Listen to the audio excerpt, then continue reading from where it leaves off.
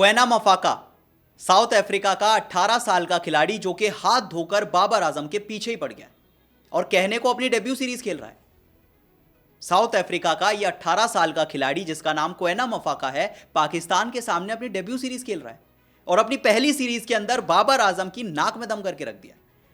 सोचिए कितनी हैरानी की बात है कि जो खिलाड़ी पहली बार पाकिस्तान के सामने खेल रहा है वो पिछले 26 दिन के अंदर बाबर आजम को तीनों फॉर्मेट में आउट कर चुका है।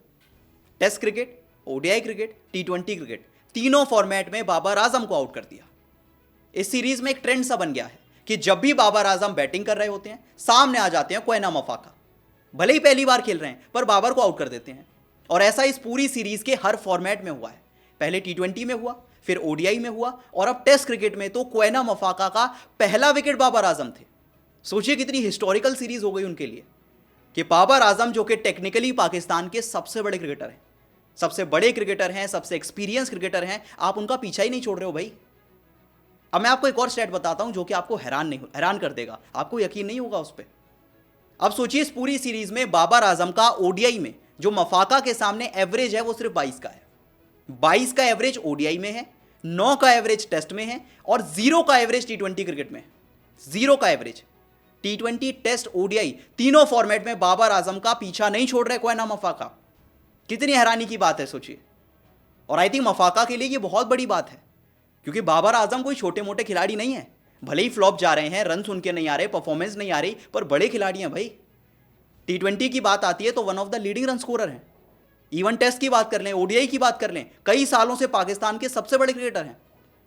तो अगर आप अपनी डेब्यू सीरीज में आकर इतना इंप्रेस करते हैं, तीनों फॉर्मेट में बाबर को आउट कर देते हैं, तो भाई आपका तो हो गया काम। एक परफेक्ट स्टार मिल गया आपको अपने करियर में। मफाका के लिए तो मजे आ गए, लेकिन बाबर आजम के लिए भी अच्छी बात है क्योंकि साल 2025 की जो शुरुआत बाबर के लिए हुई है वो ठीक ठाक हुई है क्योंकि 2024 का साल तो उनके लिए भुलाने वाला था। अब सोचिए बाबर आजम 2024 के साल में लगभग 700 दिन और 19 इनिंग्स के बाद एक 50 लगा पाते हैं। टेस्ट क्रिकेट में जो उनकी आखिरी 50 आई थी, जो पिछली इनिंग्स में आई थी, यानी कि साउथ अफ्रीका पाकिस्तान के बीच जब पहला टेस्ट मैच खेला गया तो बाबर आजम ने एक 50 लगाई थी और वो 50 आई थी लगभग 700 दिन के बाद। 700 दिन और 19 इनिंग्स के बाद बाबर आजम एक 50 लगाते हैं। पर इस बार ऐसा नहीं हुआ क्योंकि 2025 में जब बाबर आजम अपना पहला मैच खेलने आए, अपनी पहली इनिंग्स खेलने आए, तो उसी में 50 लगा दी। अब वो अलग बात है कि वो सोच जरूर रहे होंगे कि ये 50 100 में जा सकती थी बड़ी आसानी से। 127 बॉल पे आपने 58 रन बनाए, 7 चौके लगाए, 100 हो सकते थे। ये 58 रन बड़ी आसानी से 100 हो सकते थे क्योंकि बड़े अनफॉर्चुनेट तरीके से आउट हो गए। जिस तरह से वो बैटिंग कर रहे थे, सेट लग रहे थे, आंखें जम चुकी थी, आराम से सारे बॉलर्स को खेल रहे थे। रबाडा को खेल लिया, यानसन को खेल लिया, भाई साहब महाराज को भी खेल लिया था। इतने क्वेना मफाका आ गए जो कि उन्हें परेशान करने आ गए फिर से। पहले ओडीआई में किया, फिर टी20 में किया, अब टेस्ट में भी आउट कर दिया। क्वेना मफाका के टेस्ट करियर का पहला विकेट बाबर आजम बन गए। अब बाबर आजम तो अच्छा खेल रहे हैं पर पाकिस्तान को क्या हुआ ये नहीं समझ आ रहा क्योंकि जब साउथ अफ्रीका बैटिंग करने आई तो 615 बोर्ड पे लगाए, 615 रन। लिटरली ऐसा लगा कि भाई साहब फ्लैट ट्रैक है, रावलपिंडी में मैच हो रहा है। रायन रिकल्टन आते हैं, 250 रन बना देते हैं।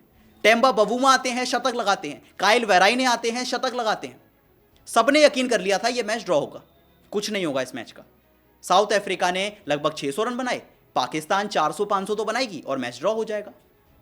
अब ये सडनली पिच कैसे चेंज हो गई ये नहीं समझ आ रहा। जब साउथ अफ्रीका खेल रही थी तो फ्लैट ट्रैक लग रहा था, पाकिस्तान आई तो बॉलिंग विकेट लगने लगा। मतलब आप ही सोचिए कि जिस विकेट पे साउथ अफ्रीका के 2 प्लेयर्स ने शतक लगाए, एक प्लेयर ने 250 बनाया, पूरी टीम ने मिलकर 600 रन क्रॉस कर दिए। उसी पिच पर, उसी कंडीशंस में पाकिस्तान की टीम 200 रन नहीं बना पाई, 194 पे ऑल आउट हो गई। सोचिए कितनी हैरानी की बात है। एक बाबर आजम थे जिन्होंने 50 बनाई, 58 पे आउट हुए और जिस तरह से आउट हुए कोस रहे होंगे अपने आप को, कोस रिजवान भी रहे होंगे। 46 रन बनाकर आप जो शॉट खेलकर आउट हुए, जरा देखिए तो सही एक बार, आप कितने बड़े जिम्मेदार। आपको तो अब कप्तान बना दिया गया है, टेस्ट में नहीं है, बाकी फॉर्मेट में तो हैं। थोड़ा तो जिम्मेदारी से खेलिए।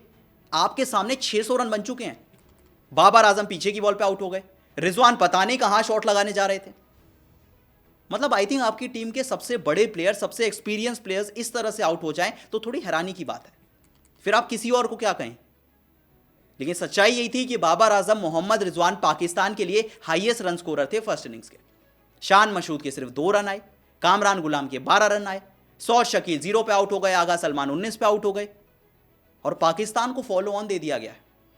साउथ अफ्रीका टीम ने दोबारा बैटिंग के लिए बुला लिया है उन्हें, और पूरे चांसेस हैं कि पाकिस्तान की टीम इस मैच को हारने वाली है और सीरीज को भी हारने वाली है। ऐसे में आप बताइए, क्या आपको नहीं लगता कि पाकिस्तान की टीम एक बैटिंग विकेट पे बहुत बुरी बैटिंग कर रही है? जो टीम 600 बना चुकी है, आप कम से कम आधे तो बनाते, आप 200 पे ऑल आउट हो गए। अच्छा, ये तो मैच की कहानी है। अब आप मुझे ये बताइए कि क्या क्वेना मफाका बाबर आजम का पीछा छोड़ेंगे? और कितनी बड़ी बात है एक 18 साल के खिलाड़ी के लिए कि आप बाबर आजम को तीनों फॉर्मेट में आउट कर चुके हैं। मुझे कमेंट सेक्शन में जरूर बताएं, और वीडियो पसंद आई तो वीडियो को लाइक और शेयर जरूर कर लें।